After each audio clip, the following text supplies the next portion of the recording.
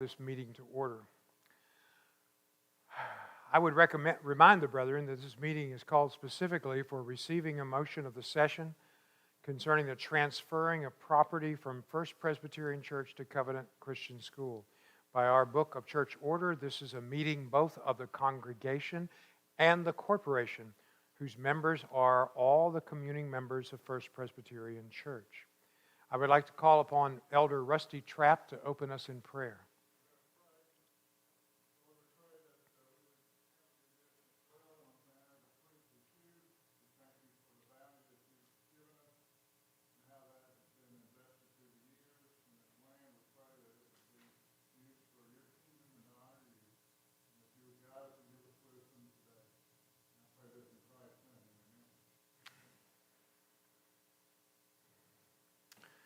The congregation is required to elect a clerk for this meeting, and it is traditional to use the stated clerk of session.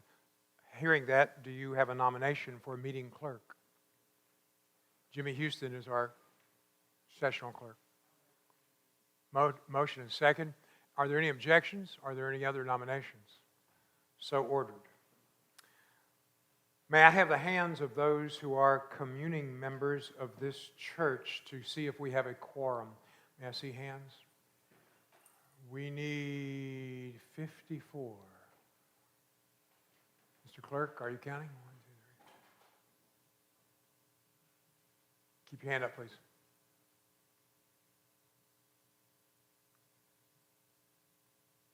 Yeah.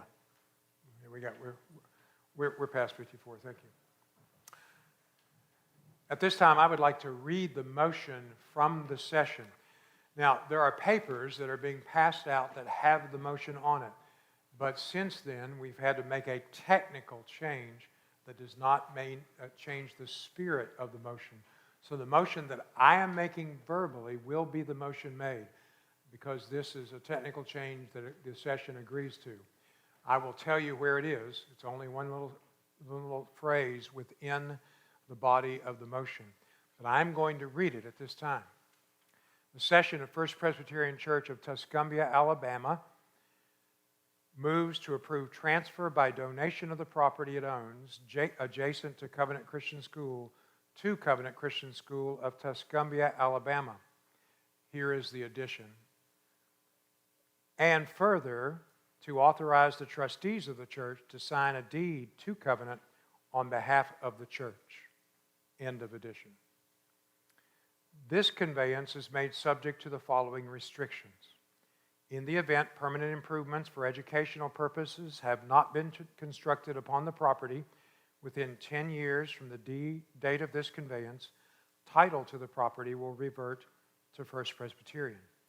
Further, in the event permanent improvements for educational purposes have not been constructed upon the property, Covenant Christian School shall not transfer title to the property by sale, lease, gift, or otherwise without the written consent of the session of FPC, which may be granted or denied in its sole discretion, and if consent is granted, upon such terms as are approved by the session of First Presbyterian Church. Further, in the event permanent improvements of educational purposes have not been constructed upon the property, if Covenant Christian School ceases to exist, whether by dissolution, bankruptcy, consolidation, or merger with another entity, whether Covenant Christian School is the surviving or merging entity, or otherwise, title to the property will revert to First Presbyterian Church. It's probably not proper for the moderator to do this, so I'm going to ask Jimmy Houston, if he would, to make any statement he'd like to make on the behalf of the session for the reason we're doing this. There are other members of the session who should also be prepared to do that as well. And questions can also be directed toward Dr. Campbell, who is with us this morning. Jimmy, do you mind?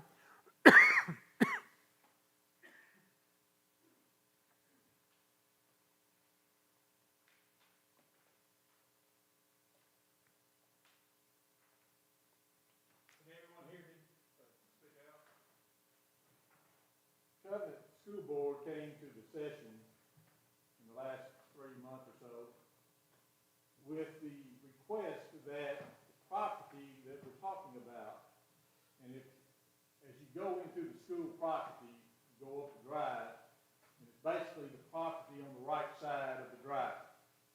And it's about 21 acres of land, probably 3 or so acres of it's not usable in the sense that it's under a power line.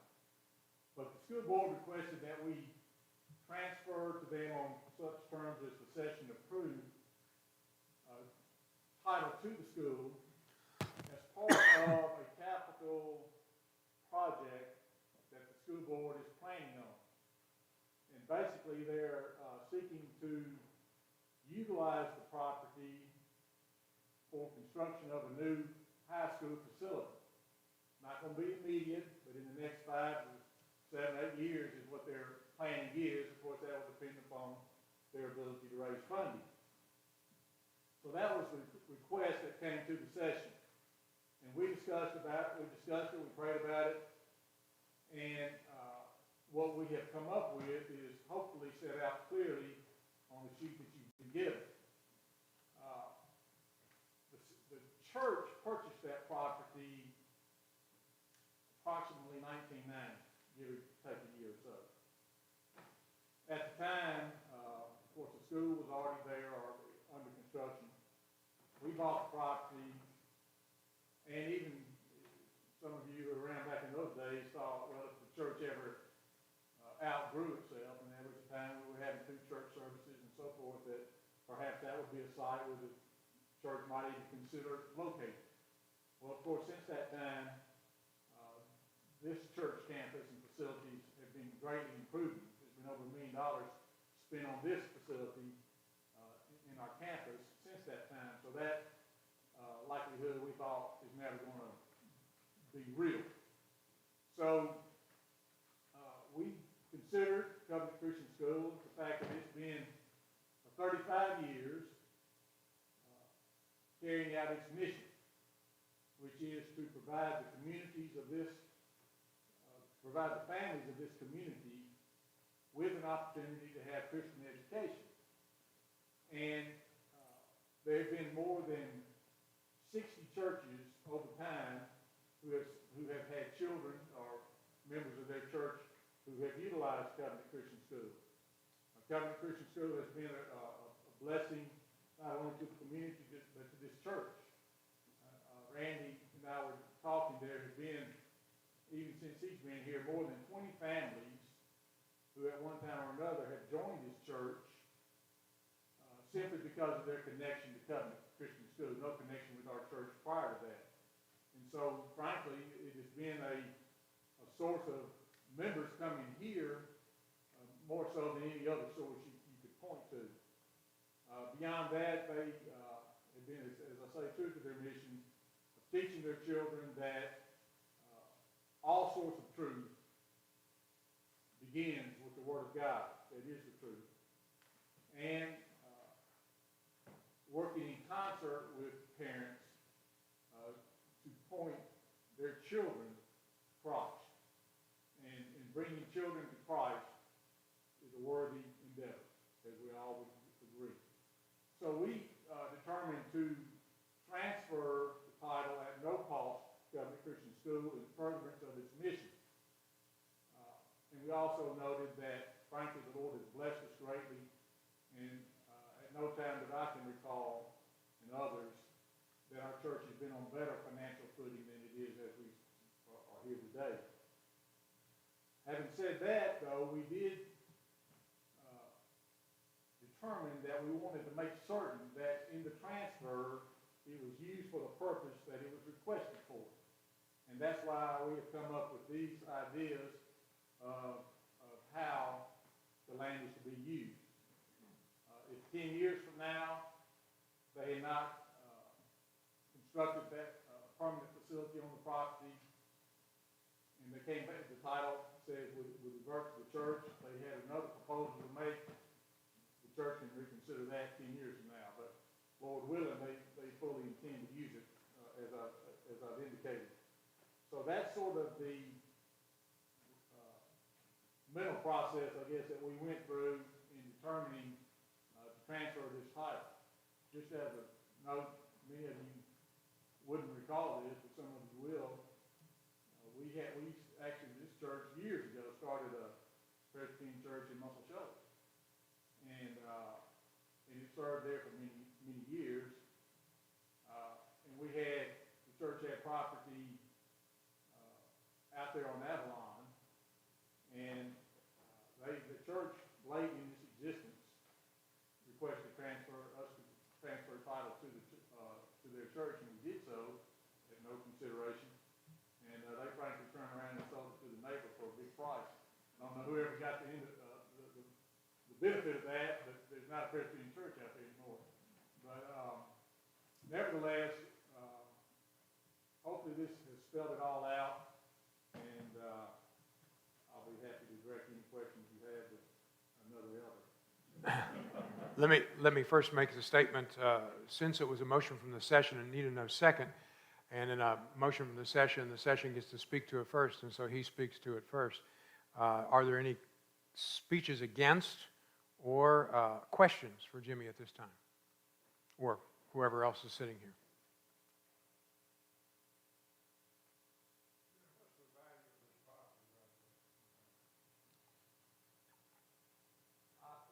I don't know of any comparables out there, but let's just say it's 20 acres. If it's 5,000 an acre, it's 100,000. 8,000 an acre, which I don't think it'd be beyond that, and that'd be 160,000. So it's somewhere probably a little over 100 and up to 150 or so. Is sort of what I would say. Are you familiar with any other kind of properties that have had these limitations in the transfer that have gone back to the original? Yeah, I mean, it's legal. I mean, if in fact you drive by in 10 years and all that's out there is a soccer field, the title would revert. Now, what will have to happen is if they were to build that, you'd have to put something more of record at a later time to either establish that facility's been built and the restriction is no longer effective, or you would have to establish in 10 years that there's nothing that has happened and that it reverts. But it's not ordinary, it's not customary, but there are instances of it. Indeed. Jimmy, is there a legal requirement to have a legal description of the property included in this? There is, and we have that based on the same description that came into the church would be used to transfer to Some private schools, during the last 20 years have decided not to have a high school because of financial issues.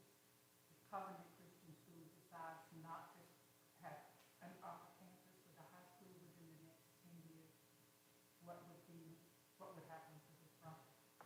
Well,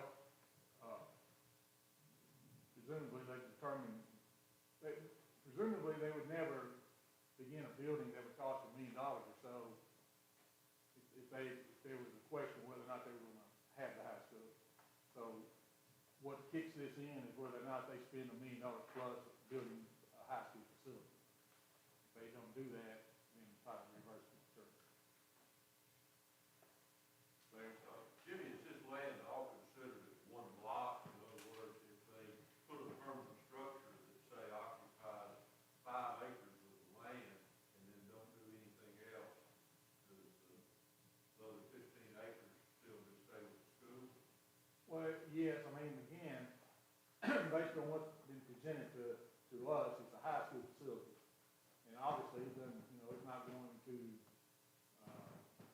it's just like a present school. It doesn't take up all of that land. But it was given, it was proposed to be given on the basis that $1 million plus facility was going to be built on it for a high school. Lee, that is the plan, isn't that correct? Yes, sir, and I would like to begin by saying thank you to everyone. The support that First Pres offers the school is absolutely amazing. I'm sure you're aware that more than half the board members have to be from First Pres, so it is very much a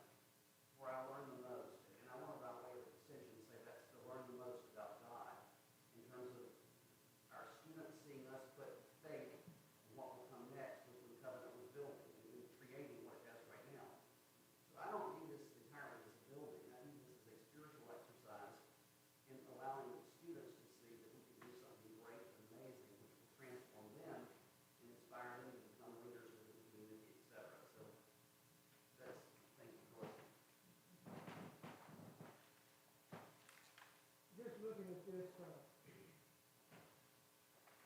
motion and the restrictions say, permanent improvements for educational purposes. So it doesn't have to be a high school, does it? No, but it has to be an educational facility. Right, right. I assume that this is an excerpt or a summary of the whole document. Well, like everybody knows, I assume what a deed is you got it when you got your house and nothing else. So this is just added into the language of the deed. Now my question is, in the whole document, is there any kind of a prohibition from any part of the property being used for commercial purposes? No. I mean, there's nothing that is in this document that would say that. But if we go again, if you're constructing a permanent improvement for education facility there, I don't think there's commercial use in mind. Of course, 10 years from now, you wouldn't know. No, we wouldn't. Not right now, anyway.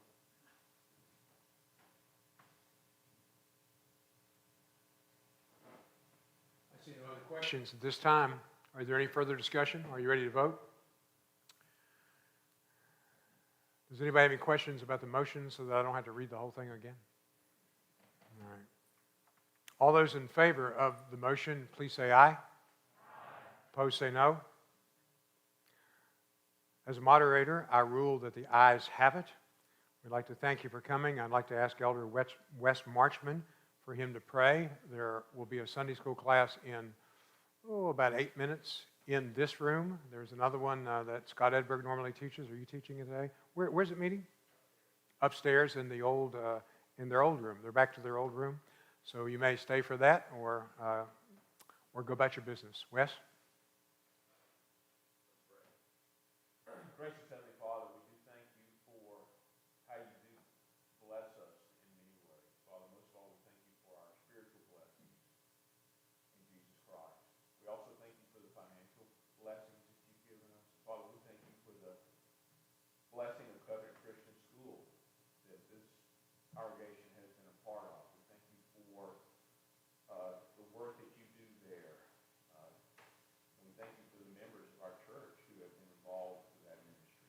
Pray that you would continue to bless it. Pray this land would be used to glorify you. We ask these things in Christ's name. Amen. We are adjourned at